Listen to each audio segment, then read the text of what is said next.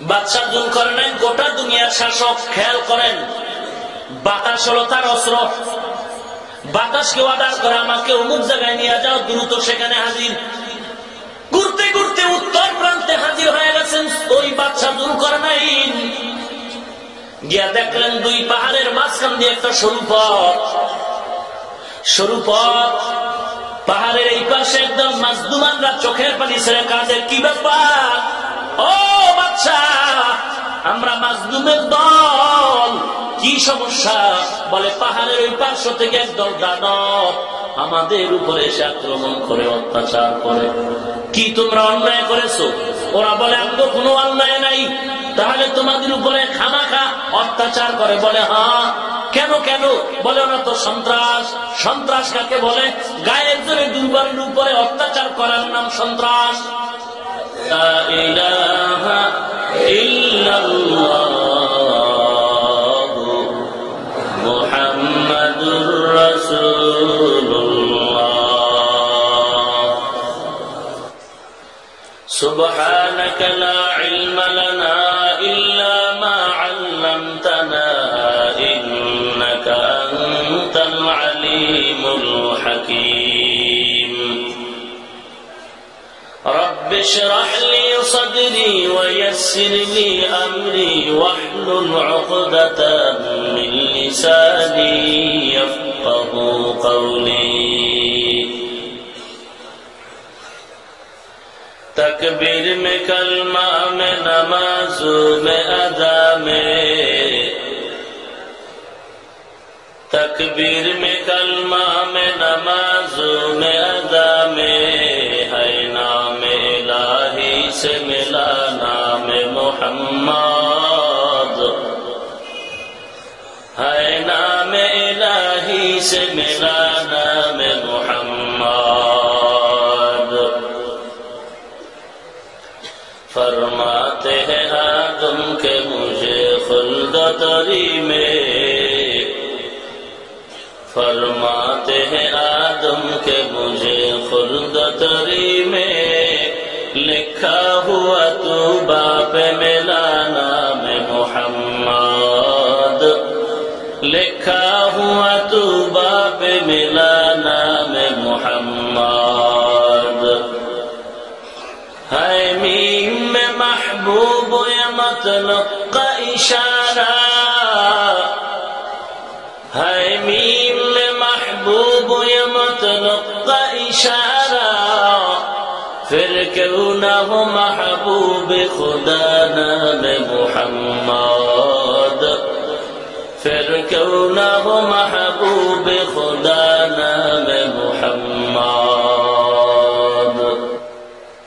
ঐতিহ্যবাহী চরমোংলা মিয়াজি বাড়ি জামে মসজিদ কর্তৃক আয়োজিত সিরাজুন নবী উপলক্ষে বার্ষিক ওয়াজ মাহফিলে উপস্থিত মুহতারাম সম্মানিত সভাপতি, প্রধান অতিথি, বিশেষ অতিথিবৃন্দ, মুআজ্জাজ ও মুকাররম, জাতির মাথার মুকুট, ওয়ারাসাতুল আম্বিয়া হযরত উলামায়ে কেরাম, দূর দূরান্ত থেকে আগত আল্লাহ পাকের আশিকিন, যাকিরিন, শাকিরিন, মুহিব্বিন, মুরব্বিয়ানে আওয়াম,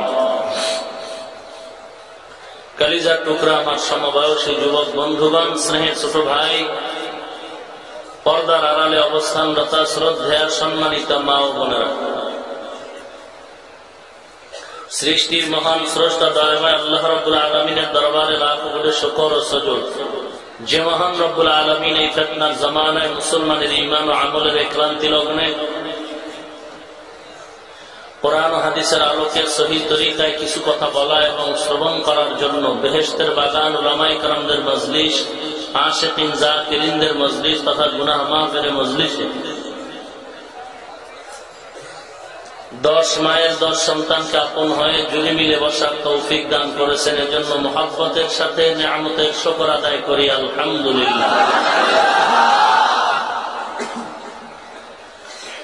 লক্ষ কোটি দরুদ ও সালাম সাইয়্যিদুল মুরসালিন, রাহমাতুল লিল আলামিন, শফিউল মুযনিবিন, খাতামুন নবিয়্যিন, সাইয়্যিদুস সাকালাইন, ইমামুল মুরসালিন, শফিউ আযম रसूल अकरम, रहमत आलम, नबीउल अरब वल अजम, हबीब किबरिया, अशरफुल अंबिया, सय्यदुल अंबिया, शफीअ महशर, साक़ी कौसर, आक़ाए नामदार, मदीना का ताजदार, आफ़ताब नबूवत, फ़ख्र मौजूदात, सय्यदुल मखलूक़ात, हज़रत मुहम्मदुर रसूलुल्लाह सल्लल्लाहु अलैहि वसल्लम। সর্বোপরি শকর যে মহান আল্লাহ হাজারো হাজারো হাজার মুসলমানের মাঝে আপনাদেরকে আমাদেরকে বাছাই করে দ্বীনের মহব্বতে এখানে সমবেত হওয়ার তৌফিক দিয়েছেন, যে মহান আল্লাহ রাব্বুল আলামিন দয়ার নজরে আমাদেরকে এই ময়দানে সমবেত হওয়ার সুযোগ দিয়েছেন, এজন্য আরেকবার মহব্বতের সাথে শুকর আদায় করি আলহামদুলিল্লাহ। আজ আমি আপনাদের সামনে কিছু কথা বলার নিয়তে পবিত্র কালামে পাকের ভেতরের একটি সূরা, সূরা আম্বিয়া 107 নম্বর আয়াতে কারিমার এক অংশ তিলাওয়াত করেছি। বিশ্ব নবী, শেষ নবী, মহানবী, শ্রেষ্ঠ নবী, জিন্দা নবী, হায়াতুন নবী, তার পবিত্র জবানের বাণী অসংখ্য অগণিত হাদিস শরীফের মধ্য থেকে একটি হাদিস করেছি। সহি তরিকায় ইখলাসের সাথে ধৈর্যের পরিচয় কিছু কথা আমাকে বলা এবং আপনাদেরকেও ধৈর্যের সাথে আমলের নিয়তে শ্রবণ করার মতো তৌফিক দান করুন।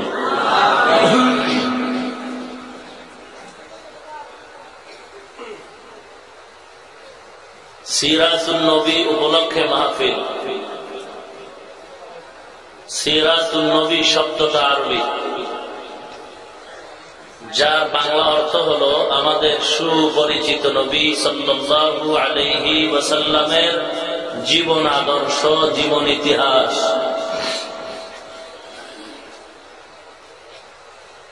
সিরাতুন নবী বাংলা শব্দ না আরবি শব্দ? সিরাত এক শব্দ, আন নবী আর এক শব্দ, দুই শব্দ মিলে হইল সিরাতুন নবী। বাংলা অর্থ হলো আমাদের সুপরিচিত নবী সাল্লাল্লাহু আলাইহি ওয়াসাল্লামের জীবন আদর্শ বা জীবন ইতিহাস। আম্মা জান আয়েশা রাদিয়াল্লাহু তাআলা আনহা দরবারে কয়েকজন সাহাবা রিদওয়ানুল্লাহি তাআলা আলাইহিম আজমাইন প্রশ্ন করে ফেললেন, রাসূলের আদর্শ, ক্যারেক্টার, চরিত্র সম্পর্কে আমাদেরকে কিছু বয়ান করুন। আম্মা জান আয়েশা রাদিয়াল্লাহু আনহা পাল্টা প্রশ্ন করলেন, আফা তাকরাউনাল কুরআন, হে সাহাবায়ে কেরাম, আপনারা কি কুরআনে হাকিম তেলাওয়াত করেন না? ক্বালু বালা, সাহাবায়ে কেরাম বললেন, হ্যাঁ, আমরা কুরআন শরীফ তিলাওয়াত করি। আম্মা জান আয়েশা রাদিয়াল্লাহু আনহা বললেন, কুরআন শরীফ ভালো করে তেলাওয়াত করুন, অনুধাবন করুন, হৃদয়ঙ্গম করুন। কেন? কানা খুলুকুহুল কুরআন, কুরআন শরীফ যা সিরাতুন নবী তা, কুরআন শরীফ যা রাসূলের আদর্শই তা।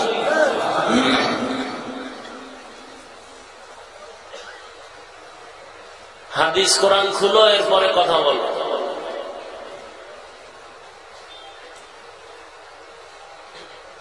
আদার ব্যাপারী জাহাজের খবর নিও।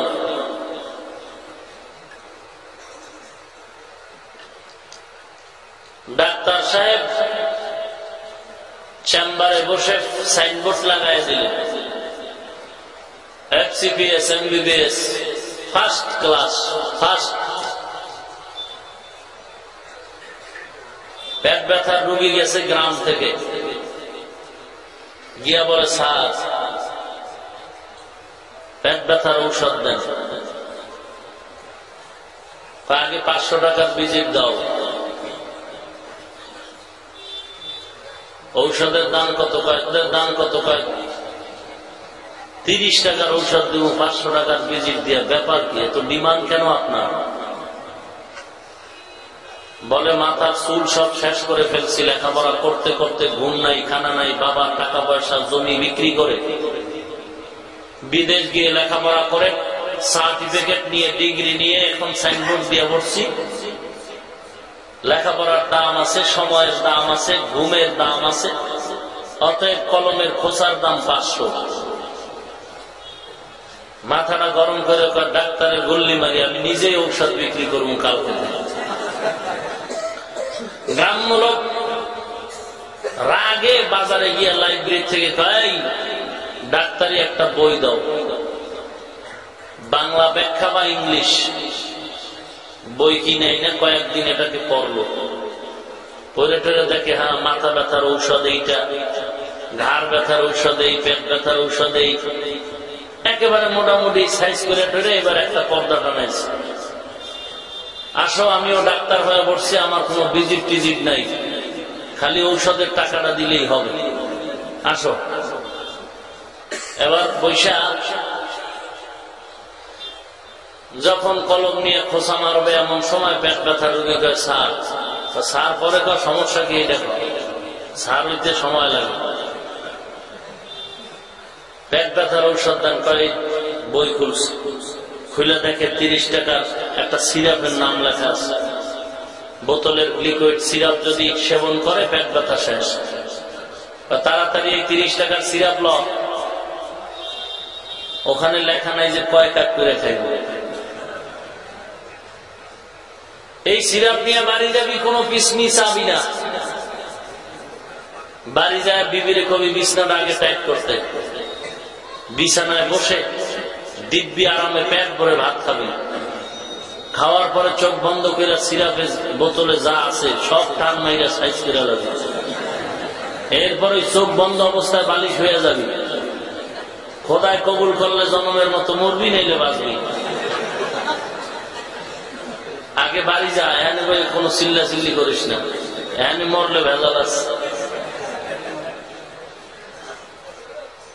বলুন তো, লোকটা বই পড়ে যে ঔষধ দিল, রোগী ঔষধ সেবন করলে অ্যাকশন হবে নাকি রিয়াকশন হবে? এই মিয়া,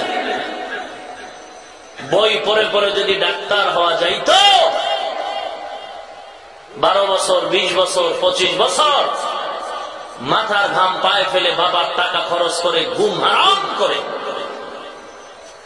বিদেশ গিয়ে লেখাপড়া করার কোনো প্রয়োজন হতো না। বাংলা ইংরেজি ব্যাখ্যা গ্রন্থ কোরআন শরীফের ব্যাখ্যা পড়ে বাংলা বুখারী পড়ে যদি মুফতি হওয়া যাইত,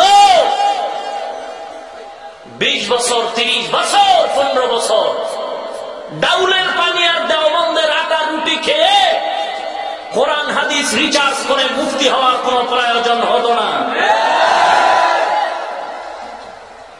বাংলা বুখারী আর ইংলিশ মিডিয়ামের কোরআন তাফসীর আর উর্দু তাফসীর পড়ে তুমি মুফাসসির সেজেছো, তুমি মুসলমানের হিরো হয়ে গেছো, আর বলো আল্লাহকে ঈশ্বর বলে ডাকা যায়। হিন্দুদের গীতা আল্লাহর কিতাব। আদার ব্যাপারী জাহাজের খবর নিও না। মসজিদে ইমামতি করার জন্য শর্ত আছে, মুক্তাদি হওয়ার জন্য কোনো শর্ত নাই।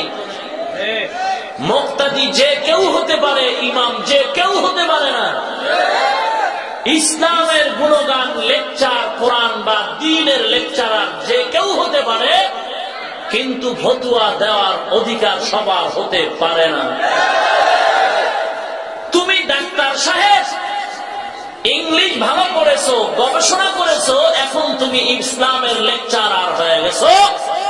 ইসলামের লেকচার দাও, মজার মজার বয়ান করো, হাজার হাজার হিন্দু খ্রিস্টান বিতর্কের অনুষ্ঠানে মাথা নত করে কালেমা পড়ে, ওয়েলকাম। তুমি ইসলামের গুণগান গাও, কোনো বাধা নাই, কিন্তু পণ্ডিতি করে ফতুয়া দিতে যেও না। ইসলামের গুণগান সবাই গাওয়ার অধিকার আছে, ফতুয়া দেওয়ার অধিকার সবার নয়। আদার ব্যাপারী জাহাজ নিও না।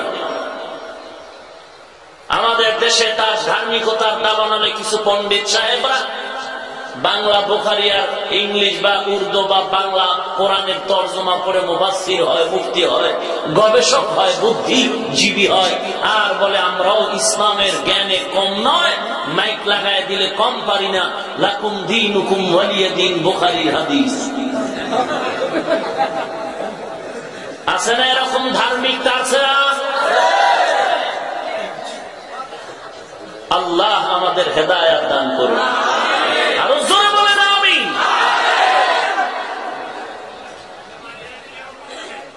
মকবুল তু হ্যায় শাহজাহাঁ কবিল তু বহুত হ্যায়, মকবুল তু হ্যায় শাহজাহাঁ কবিল তু বহুত হ্যায়, আয়না কে মানিন্দে তু নেহি দিল তু বহুত হ্যায়, आयना के मानिंदे तू नहीं दिल तू बहुत है। दुनिया में हो दुनिया का तलबगार नहीं हो, दुनिया में हो दुनिया का तलबगार नहीं हो, बाजार से गुजर हो खरीदार नहीं हो, बाजार से गुजर हो खरीदार नहीं हो। সিরাতুন নবী আরবি শব্দ যার অর্থ হলো জীবন ইতিহাস, জীবন আদর্শ। আম্মা জান আয়েশা রাদিয়াল্লাহু তাআলা আনহা দরবারে সাহাবায়ে কেরাম প্রশ্ন করলেন, হে আম্মা জান, রাসূলের আদর্শের বয়ান করেন। আম্মা জান আয়েশা বললেন, আফাতাকরাউনাল কুরআন, আপনারা কি কোরআন তেলাওয়াত করেন না? ক্বালু বালা, সাহাবায়ে কেরাম বললেন, হ্যাঁ আমরা কোরআন শরীফ তেলাওয়াত করি। আম্মা জান আয়েশা রাদিয়াল্লাহু আনহা বললেন, ভালো করে কোরআন অনুধাবন করো, কোরআন পড়ো, কোরআন পড়ো। কেন পড়বা? বলে কানা খুলুকুহুল কুরআন, কোরআন শরীফ যা পয়গম্বরের আদর্শটাই তা। কোরআন শরীফ নবীর আদর্শ, আর নবীর আদর্শের আরবি হলো সিরাতুন নবী। যদি কোন মুসলমান মূর্খতাবশত হিংসার দাবানলে নিমজ্জিত হয়ে বলে আমরা মিলাদুন নবী কায়েম করব, সিরাতুন নবীর আগুন জ্বালায় দেব, লাথি মারব, সিরাতুন নবী কোন বাপ দাদার শব্দ না, সিরাতুন নবী হলো মায়ার নবী রহমাতুল লিল আলামিনের শানের শব্দ। যদি সিরাতুন নবীর লাথি মারো, অর্থের দিকে তাকাও, সিরাতুন নবী অর্থ হলো আমাদের সুপরিচিত নবীজির জীবন ইতিহাস, জীবন আদর্শ। জীবন আদর্শই মানে কোরআন। লাথি মারছো কই, গেল কই, টের পাওনি। লাথি মারলা কোথায়, লাগলো কোথায়, টের পাওনি মুসলমান। আর আমরা কোন গালাগালির পক্ষে না, আমরা মিলাদুন নবীও মানি, সিরাতুন নবীও মানি। মিলাদুন নবী শব্দের অর্থ হলো আমাদের সুপরিচিত নবীর জন্ম মোবারক। আমরা রাসূলের জন্ম মোবারক কেও মানি, আমরা নবীজির আদর্শ মানি। মানার ভিতরে ব্যবধান। মিলাদুন নবী যত ঘটনা, যত কিছু আমরা বলবো, এর দ্বারা মানুষের তৃপ্তি হবে, সওয়াব হবে, নফলের সমান সওয়াব। কিন্তু সিরাতুন নবী বা কোরআনের আদর্শ, আল্লাহর নবীর জিন্দেগীর আদর্শ, নামাজ, রোজা, পর্দা, হজ, যাকাত, এগুলো নফল না, এগুলো শুধু আলোচনা করলে হবে না, এগুলো কায়েম করা, বাস্তবায়ন করা, আমল করা হলো ফরজে আইন। আমরা দোনোটাই মানি, নফল আর ফরজ। আমরা কাউকে হিংসা করব না। কাকে হিংসা করব? তুমিও তো নবীর উম্মত, তুমিও তো মুসলমান। একই বাবার কয়েক সন্তান, মাঝে মাঝে ঝগড়া হয়, হয়নি? ঝগড়া হলে কি বাপ পরিচয় বন্ধ করে দেয়? কথা বলেন না। না, স্বামী আর স্ত্রী ঘরে থাকে, মাঝে মাঝে ঝগড়া হয়। ঝগড়া হলে কি স্বামী আর স্ত্রী রাগ করে ঘর ভাঙিয়া চুলা দুইটা আলাদা করে ফেলে নাকি? না রে মুসলমান, না। স্বামী আর স্ত্রী মাঝে মাঝে ঝগড়া হবে, এর দ্বারা ঘর ভাঙা যাবে না, বরং ভেতরে গিয়ে আপোষে আবার সমাধান করে নাও। মুসলমান, তুমিও নবীর উম্মত, আমিও পয়গম্বরের উম্মত, তোমার মাঝে আমার মাঝে একটু মাসআলা নিয়ে দ্বন্দ্ব মাঝে মাঝে হতে পারে, কিন্তু এই অবস্থায় আমরা ঘর ভেঙ্গে, আমরা বেঈমানদের সাথে তাল মিলাইয়া আমরা এক মুমিন আর এক মুমিনকে গালাগালি করতে পারবো না। এর দ্বারা বেঈমানরা বড় খুশি হয়। আমগো মুসলমান নবীর উম্মত হইয়া এক জায়গায় থাকবো, ঝগড়া করে বেঈমানকে সুযোগ দেওয়া যাবে না। আল্লাহ পাক কোরআনে সূরা বনী ইসরাঈলে বলেন, কুল্লি ইবাদি ইয়াকুলুল্লাতী হিয়া আহসান ইন্নাশ শাইতানা ইয়ানযাগু বাইনাহুম ইন্নাশ শাইতানা কানা লিল ইনসানি আদুওয়ান মুবিনা।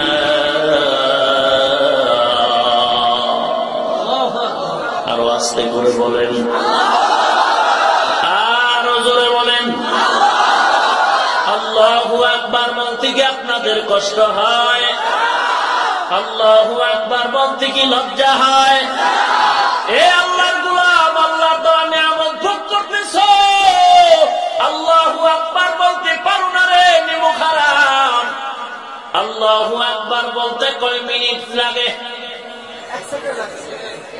আধা মিনিট না, 2-3 সেকেন্ডের আল্লাহু আকবার ধ্বনিটার পাওয়ার কত জানো গো? আল্লাহু আকবার ধ্বনিটা মুসলমান জবানে উচ্চারণ করা মাত্র এমন কোন বেঈমান নাই, এমন কোন নাস্তিকের বাচ্চা নাস্তিক নাই যে মুসলমানের চোখে দিয়ে তাকায় কথা বলবে। আল্লাহু আকবার ধ্বনিটার এত দাম, এত দাম, তবে কার জবানে হবে? বলে পাক জবানে তাকবীর হবে, পাক জবানে, সুদের জবানে হবে না, তুষার জবানে হবে না রে ভাই, বিড়ি পান করার জবানে তাকবীর হবে না, মিথ্যাবাদীর জবানে এমন বরকত হবে না। পবিত্র জবানওয়ালা যদি আওয়াজটা দাও, যেমন তাসলিমার পতন হয়েছে, যেমন নমরুদের পতন হয়েছে, ফেরাউনের পতন হয়েছে, তাকবীরের কারণে ভারতবর্ষের লাল চামড়া কুকুরের দল ইংরেজের পতন হয়েছে, বেঈমানের বাচ্চা বেঈমান গৌর গোবিন্দের যেমন পতন হয়েছে। শুধু লতিফ না, লতিফ না, এই বাংলার জমিনে আরো কিছু ঘুমান্ত নাস্তিকের বাচ্চারা আছে, সবগুলোর একটা সেকেন্ডে পবিত্র জবানের তাকবীর যদি দাও, হালাল খানার তাকবীর দাও, সমস্ত নাস্তিকে জমিন থেকে পালাতে বাধ্য হবে। এমন পালান পালাবে, ওদের লাশটা পর্যন্ত জমিনে পাওয়া যাবে না, যাবে না, যাবে। মুসলমানি বুয়াদ বারদান নেহাদান এনানে খুদ বদসতে খাজাদান গর্ব সুরত আদমি ইনসাবুদে আহমদ বু জাহলো হামেক সাবুদে আদমিরা আদমিয়ত লাজমাস্তউদেরা গর্বুনা বশদ নিজমা। রাসূলের আদর্শ ওয়ালা জবাব আওয়াজ দাও। আমার নবীর আদর্শ ওয়ালা আওয়াজের কত দাম, কত দাম, কত দাম। পয়গম্বরের আদর্শ ওয়ালা ডাক যখন দিছে, শুধু বেঈমান না, কাফের না, মুশরিক না, রাসূলের মুহাব্বতের ইমানের ডাক যখন দিছে, হযরত ওমরের ডাকে শয়তান পর্যন্ত ওমরকে ভয় পাইত।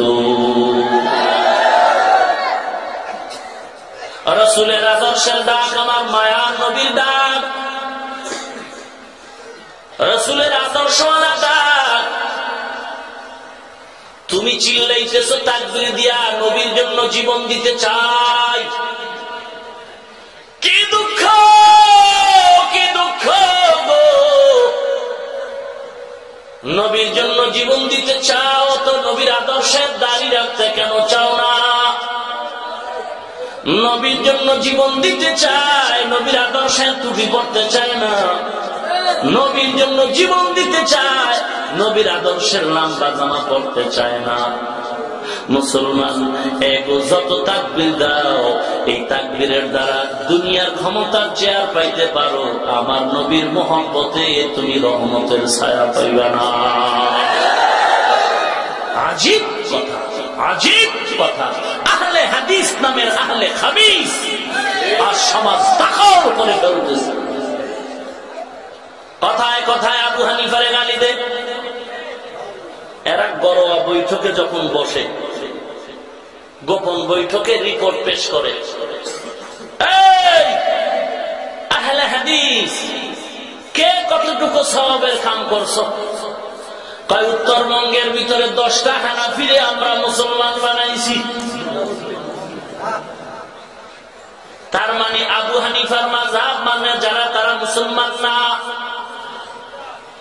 রিপোর্ট দেয় 10 জন হানাফিরে মুসলমান বানাইছি। এরা কেউ আহলে হাদিস না আহলে খাবিস?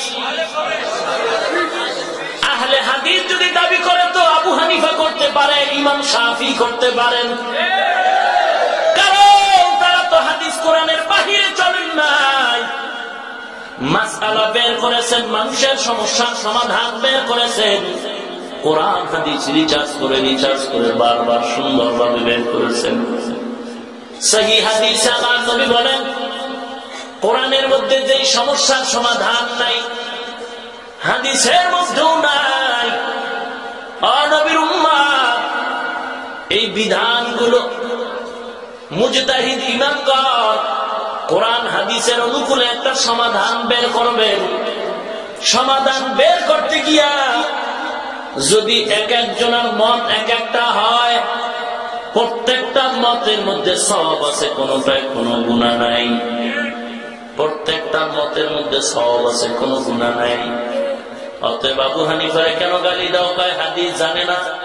আবু হানিফা হাদিস না জানলে কি মুসনাদে আবু হানিফা লেখেন বিশাল হাদিসের কিতাব। ইমাম শাফি হাদিস জানেন না। ইমাম শাফি হাদিস না জানলে কি হাদিসের কিতাব লিখেছেন বিশাল বড় কিতাব। ইমাম মালিক হাদিস জানেন না, তাহলে মুয়াত্তা নামের হাদিসের বিশাল কিতাব কেমনে লিখেছেন? আহমদ বিন হাম্বল হাদিস না জানলে মাসনাদ নামের হাদিসের কিতাব কিভাবে লিখলেন? মূলত তারাই তো হাদিস মেনেছেন, কোরআন মেনেছেন, কিন্তু কথিত আহলে হাদিস যারা দাবি করে তারা হাদিসও মানে না, কোরআনও মানে না। গতকাল টাঙ্গাইলে বয়ানে গেলাম, মোবাইলে ইউটিউবে বয়ান শুনলাম। এরা বলে মুরব্বী পছন্দ করি না, মুরব্বী নাই, কোরআন মানো, হাদিস মানো, মুরব্বী লাগবে না। তাহলে নামের শুরুতে লাগায় শায়েখ অমুক তমুক আল মাদানী। শায়েখ মানি মুরব্বী, শায়েখ শিন ইয়া খ, শাইখুন মানি মুরব্বী। বলে মুরব্বী লাগবে না, মুরব্বী লাগবে না, আবার নামের শুরুতে শায়েখ লাগাও কেন রে আহমাক? বলে মুরব্বী লাগবে না, আবার এই শায়েখ লাগায়, শায়েখ মানি তো মুরব্বী। আর লাস্টে লাগায় আল মাদানী। মাঝখানে যা আছে ঘুরানি ফেরানি এটি আর বললাম না। বান্দা বয়ান করতেছে গর্বের সাথে, আমগো আকীদার একজন মুফতি সাহেবের বরাত দেয়, নাম কয় না। মুফতি সাহেব বয়ানে বলেছেন গলার মধ্যে টাই লাগানো এটা মুমিনদের রাসূলের আদর্শের পোশাক না, এটা একটা লেজের মতো। এখন উনি ওই মুফতি, আমগো মুফতি রেখা। মুফতি সাহেব আপনি যে টাই দেখলেন ডাক্তারের সামনে টাই, এইটাকে আপনি লেজ বলছেন, এটা তো মুসলমানের পোশাক না। আপনি মুফতি সাহেবকে যদি আমি বলি আল মাদানী বলতেছে, নাম কইলাম না, আমি যদি আপনাকে বলি লেজ তো সামনে হয় না পেছনে হয়, খুব খেয়াল করে, লেজ এটা তো সামনে হয় না পেছনে হয়। এই মুফতি সাহেব ডাক্তারের টাই দেখে লেজ বললা, তোমরাও তো পিছনে লেজ দাও। কিসের কথা এখানে শেষ না, আরো বেয়াদবিমূলক আচরণ সামনে করো। সামনে গিয়া কয় তোমরা যে লেজ বানাও, মাথার মধ্যে যে পাগড়ি পড়তেছ, আমি যদি বলি তোমরা বলো এইটাই মুসলমানের পোশাক না। মাদানী সাহেব কয় আমি যদি বলি পাগড়ি এটা শিখদের পোশাক, কি দিয়ে তুমি ফিরাইবা? বড় দুঃখের সাথে বলতে হয় পয়গম্বরের আদর্শের পাগড়িকে শিখদের পোশাকের সাথে তুলনা করলো। মুসলমান, এটা তো আহলে হাদিস না, নিশ্চিত ভাবে আহলে খাবিস দাজ্জাল ইহুদিদের দালাল। আপনি চিন্তা করেন কত বড় নিম্ন স্তরের বিয়াদব হইলে পাগড়িকে শিখদের পোশাক বলতে পারে। শিখ এরা একটা সম্প্রদায়, মুসলমানের চরম চরম দুশ্মন। বিভিন্ন মিডিল ইস্টের মধ্যে বিভিন্ন রাষ্ট্রের শিখরা পাগড়ি বানায়, পাগড়ি পরে। পাগড়ি কি ওদের পোশাক না রাসূলের পোশাক? কত বড় নিম্ন স্তরের বিয়াদব হলে পাগড়িকে তুলনা করে এর সাথে, টাইয়ের সাথে তুলনা করে পাগড়ি। কোন সমাজে আমরা বসবাস করি?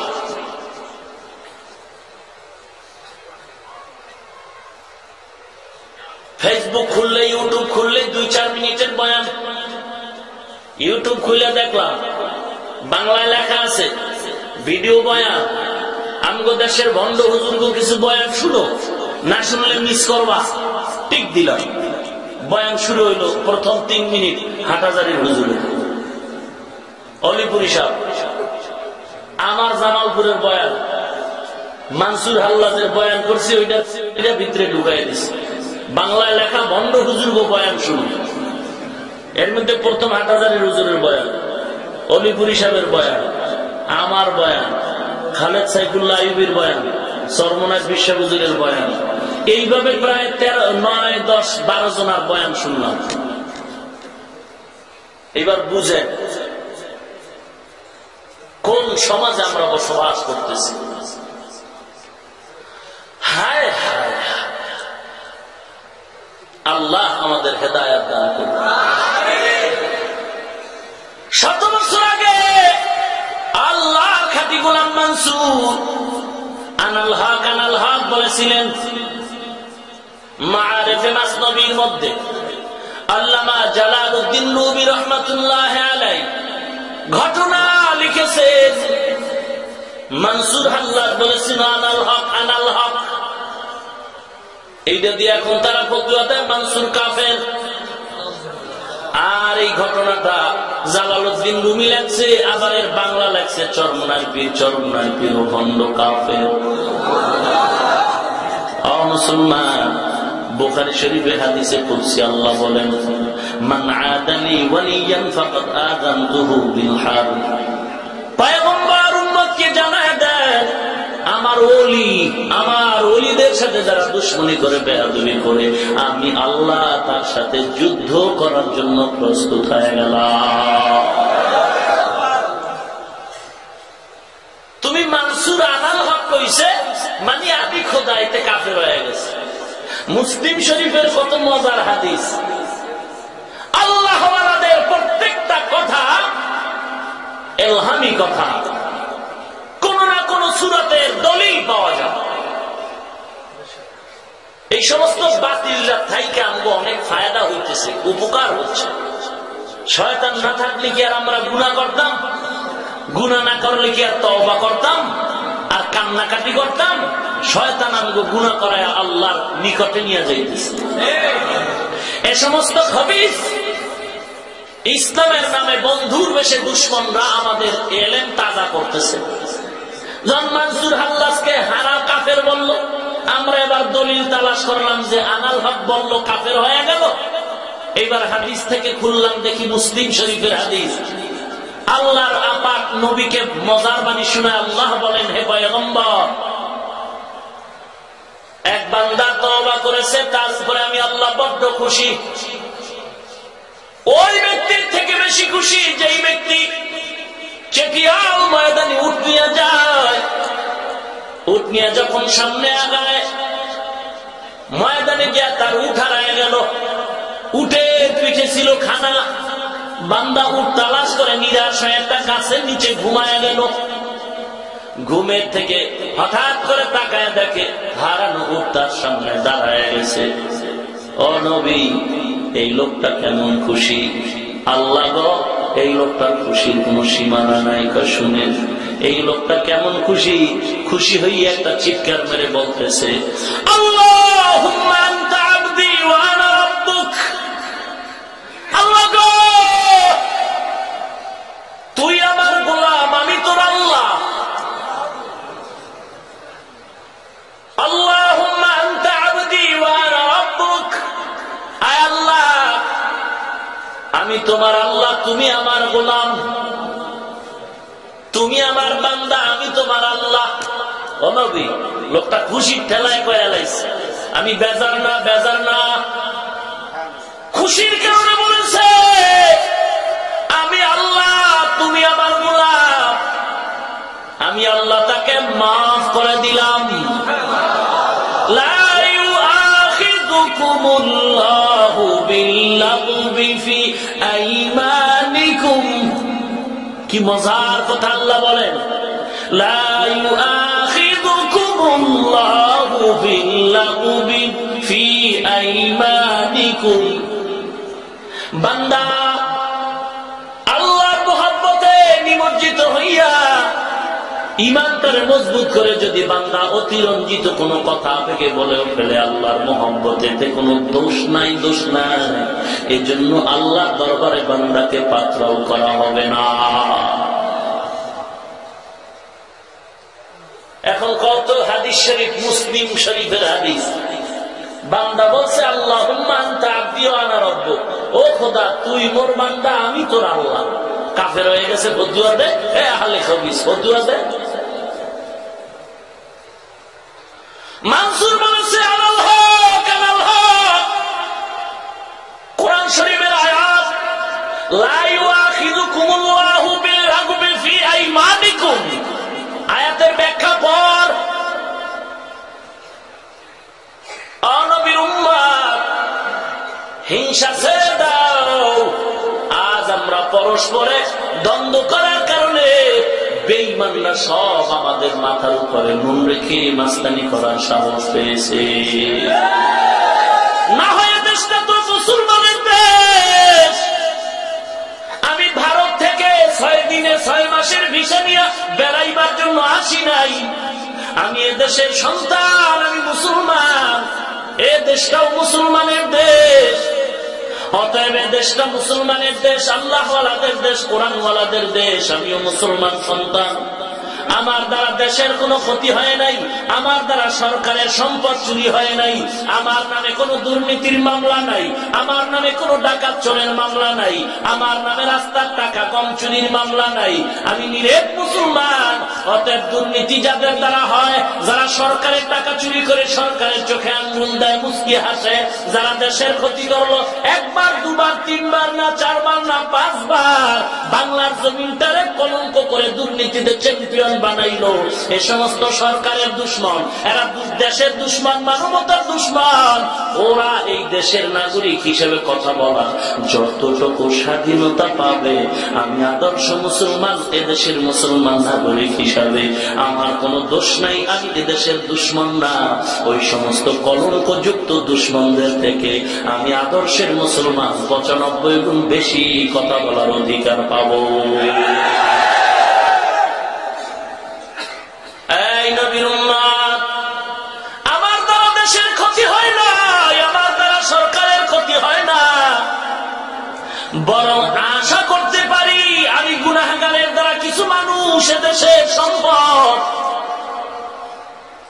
ও আজকে জানুয়ারির কত, 16, 31 ডিসেম্বর আসরের নামাজের ঠিক আগ মুহূর্তে আমার মোবাইলে কল বাজলো। রিসিভ করে কানে লাগাইলাম, সালামু আলাইকুম। ওয়া আলাইকুম আসসালাম। কে বলছেন ভাইজান? বলে হুজুর আমি এক যুবক। কোথা থেকে বলছেন? বলে ঢাকার মিরপুর ক্যান্টনমেন্ট থেকে। বললাম কি করেন? আর্মির চাকরি করি। মিথ্যা যদি বলি ঘুমের ঘরে বোবা হয়ে যাব। আমি আর্মির চাকরি করি হুজুর।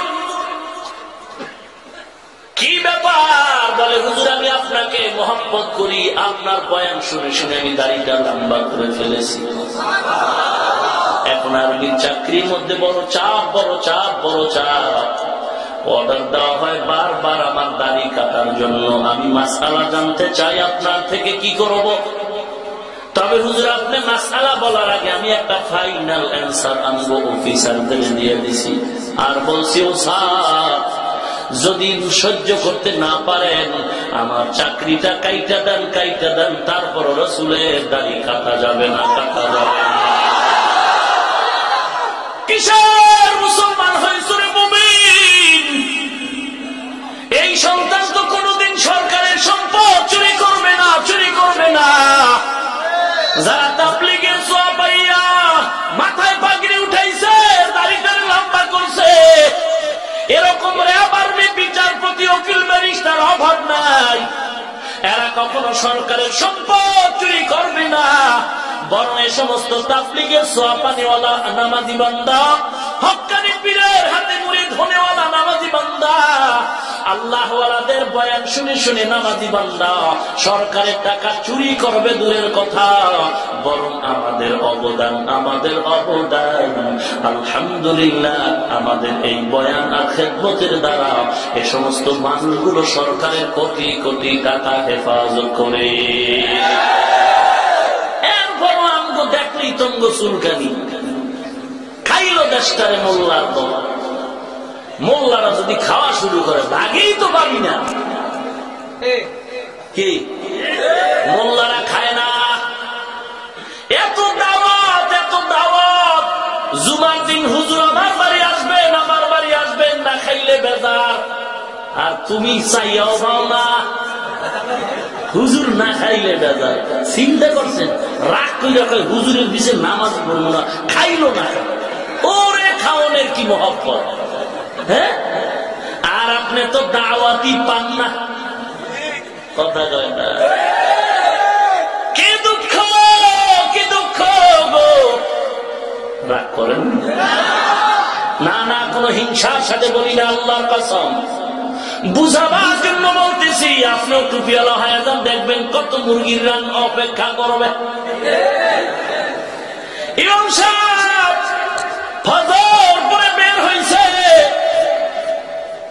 মক্তবে ছাত্রগুলো আসবে, ছাত্রী আসবে, পড়াবে, একটু রাস্তায় পায়চারি করি।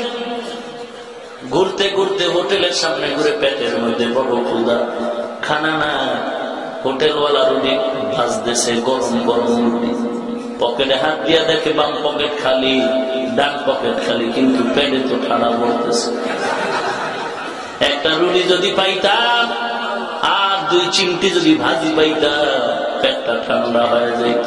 বাচ্চাগুলোরে কেমনে চিল্লায় পড়াবো, বড় কষ্টের ব্যাপার। মুসলমান নবীর উম্মাহ, 1 ঘন্টা তোমার বাচ্চাটারে টিউশনি করায়, ইংরেজি পড়ায়, অঙ্ক পড়ায়, তুমি 1000 টাকা দাও। আর একজন ইমাম সাহেব মসজিদের মধ্যে মুয়াজ্জিন সাহেব 2 ঘন্টা পর্যন্ত বেলা করে আলিফ বাতা দিয়ে চিল্লাইতেছে। 50 টাকা দিতেও চাও না, রাজি যদি হও 11.5 মাস বাকি। কিসের তোমার ইমান, কই তোমার কোরআনের মহব্বত? ইমাম সাহেব আর পেটের জ্বালা যন্ত্রণা সহ্য করতে না পেরে হোটেলে ঢুকে বলে, ভাইজান একটা রুটি দাও। তেল ছাড়া নাকি তেলওয়ালা? কয় কথা কম, আগে দে। রুটি দিয়ে কয় কি খাইবে? কি আছে? কয় মুরগির রোস্ট আছে, কলিজা টলিজার গুলি মারি, পাতলা বাল ডাইল দে। কারণ ভিতরে খবর হয়ে গেছে টাকা নাই। ডাউল ভাজি দিয়ে একটা রুটি খাইয়া এবার কয়েক টিস্যু দাও, টিস্যু দাও। হুজুরের এবার বাংলা টিস্যু দিচ্ছে, বাংলা টিস্যু চিনেন?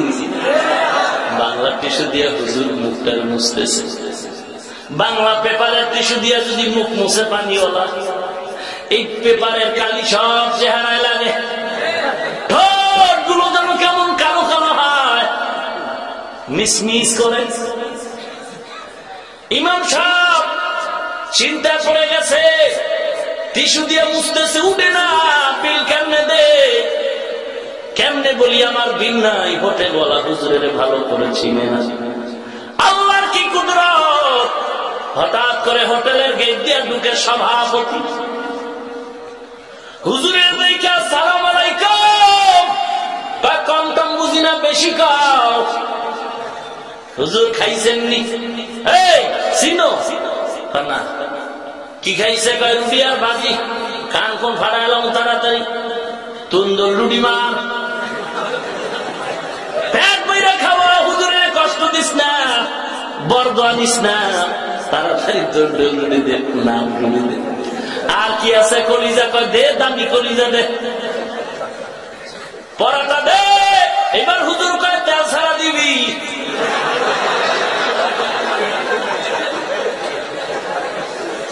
তেল ছাড়া পরোটা বার। এবার হুজুর কলিজা দিয়ে খাইতেছে। মুন্সি মোল্লা হাফেজ কারি এক রাত্রে খায় 3-4 বারি। কি মজার খান! খাওয়ার পরে খায় হোটেলওয়ালা, বসুন্ধরার 1 নাম্বার টিস্যু দাও। হ্যাঁ, বসুন্ধরার দাই দিবি। এবার সভাপতি কানে কানে আরো খাইবে কি, আরো কিছু লাগবে। চা কফি খাও পাইলে আর 2 থেকে চা খেয়ে লাভ আছে, কফি দাও। হুজুর এবার কফিটা নাকি মজা কইরা খাইয়া পেটটাকে ভাসাইয়া সকল আদায় করে, খোদা গো আমায় খাওয়াইছে, কারণ এটার ভিতরে গজ, এটা খাইতে পারে না, ডায়াবেটিস। ডাক্তারের হুকুমে ফজরের আগে রাস্তা হাঁটতেছে। ডাক্তার কইছে জনমের মতো ঘুমাইস না, রাস্তায় ফজরের আগে রাস্তায় হাঁটবি। এমন শীতের কুয়াশা, কিচ্ছু দেখা যায় না, কিছুই দেখা যায় না। বান্দা ডাক্তারের হুকুমে রাস্তায় দৌড়ায়, ডায়াবেটিস এই জন্য দৌড়ায়। প্রেসার জোরাচ্ছে বান্দা, রাস্তায় হাঁটতেছে, কিছু কপাল পোড়া দেখা যায়। ডাক্তারের হুকুম মেনে ফজরের আগে রাস্তায় হাঁটে। কত বড় বেহায়ানি ও খারাপ! ফজরের নামাজ পড়তে বান্দা মসজিদে যায় না। ইমাম সাহেব খায়ালায় সভাপতি দোয়া করেন যাই। রাস্তার মাঝে সেক্রেটারির সাথে আবার দেখা, চলেন হুজুর খাইছেন নিয়ে। হুজুর কার মক্তব আছে, নাইলে যাইতাম।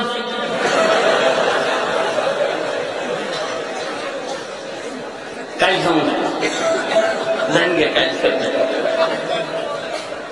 মক্তবের দরজায় গিয়ে তাকায় দেখে আরো 3টা ছোট্ট বাচ্চা 3টা টিফিন বক্সে নাস্তা লয়ে দাঁড়ায় রয়েছে। হুজুর কই গেছিলেন?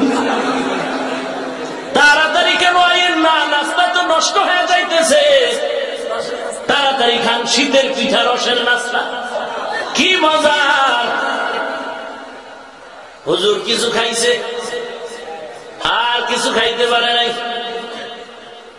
এটার ফালায় দিচ্ছে। কে খাওয়া? জোরে বলেন। ওয়াতারযুকু মান তাশাউ বিগাইরি হিসাব।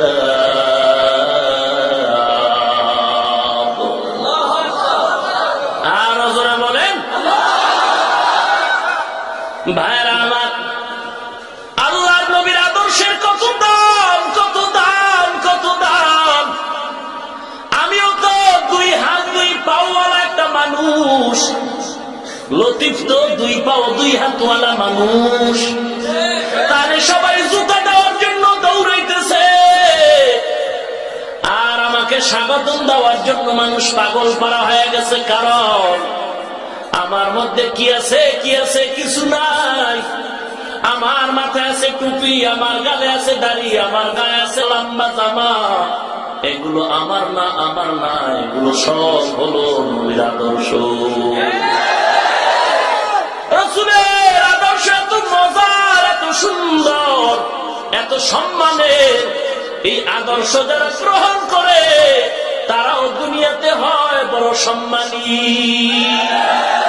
ওয়ামা আরসালনাকা ইল্লা রাহমাতাল লিল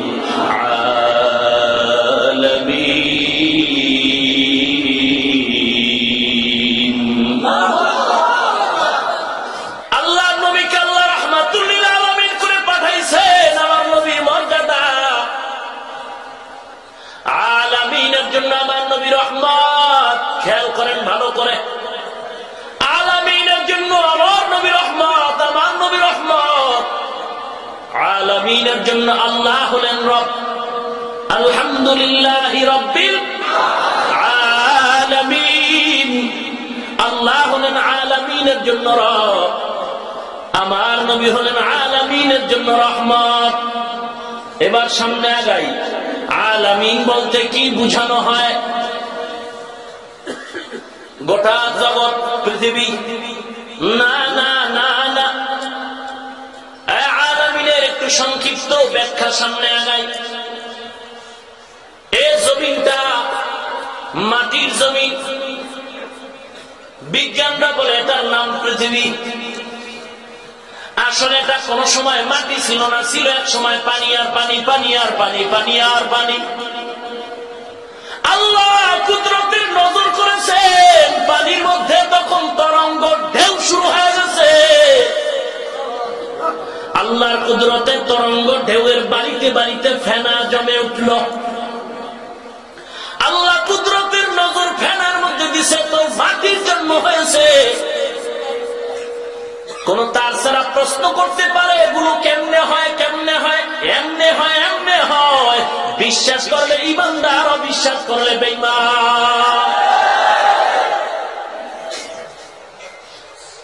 এ নবীর উম্মত, ভালো করে শোনো হে মুমিন। আল্লাহ পাক অল্প মাটি দিয়া গোটা জমিনটারে সাজালেন, মাটি বাড়াইলেন। তাফাক্কারু ফি খালকিল্লাহ ওয়া লা তাতাফাক্কারু ফিল্লাহ। মাখলুকাত নিয়ে গবেষণা করো, খালেক নিয়ে গবেষণা করিও না। কারণ খালেক নিয়ে গবেষণা করার মতো তোমার মেধা আল্লাহ দেন নাই। যারা একটু চালাকি করতে গেছে তাদের তার মার ছিঁড়ে গেছে, সব মানুষের কাতার থেকে পাগল হয়ে গেছে। বড় বড় শিক্ষিতরা পাগল, রাস্তায় ঘুরে ইংরেজি ইংরেজি কথা কয়, পাগল হয়ে গেছে। কি ব্যাপার? তাফাক্কারু ফি খালকিল্লাহ ওয়া লা তাতাফাক্কারু ফিল্লাহ। আল্লাহকে নিয়ে গবেষণা করিও না। ভাইজান ভালো করে খেয়াল করেন, মাটির জমিন আল্লাহ সাজাবার পর পানির উপরে মাটির জমিনটা হেলে দুলে নড়ে চড়ে। আল্লাহ কুদরতি চিন্তা করলেন, মাটির জমিন যদি হেলে দুলে আমার বাসিন্দারা থাকতে কষ্ট পাবে। আল্লাহ মাটির জমিনটারে স্থির করে দিলেন, স্থির করে দিলেন পাহাড় দিয়া। আলাম নাজআলিল আরদা মিহাদা ওয়াল জিবালা আওতাদা। পাহাড় দিয়ে তারাক করে জমিনটা স্থির করেছেন। এই জমিনকে বিজ্ঞানরা বলে পৃথিবী। জমিন থেকে যদি উপরে তাকাই, জমিনটা বানাবার পর আল্লাহ জমিনের প্রথম বাসিন্দা পাঠাবার আগে জিব্রাইলের মাধ্যমে একটা ঘর বানাইছেন। ঘরের নাম হলো কাবা, বাইতুল্লাহ। ইন্না আউওয়ালা উযিয়া লিন-নাসি আল্লাযী বিবাক্কাতা মুবারাকান ওয়া হুদান লিল আলামিন।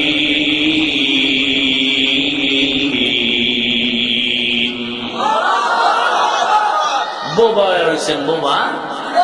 আল্লাহু আকবার বললে ঈমান কমে না বাড়ে? হ্যাঁ,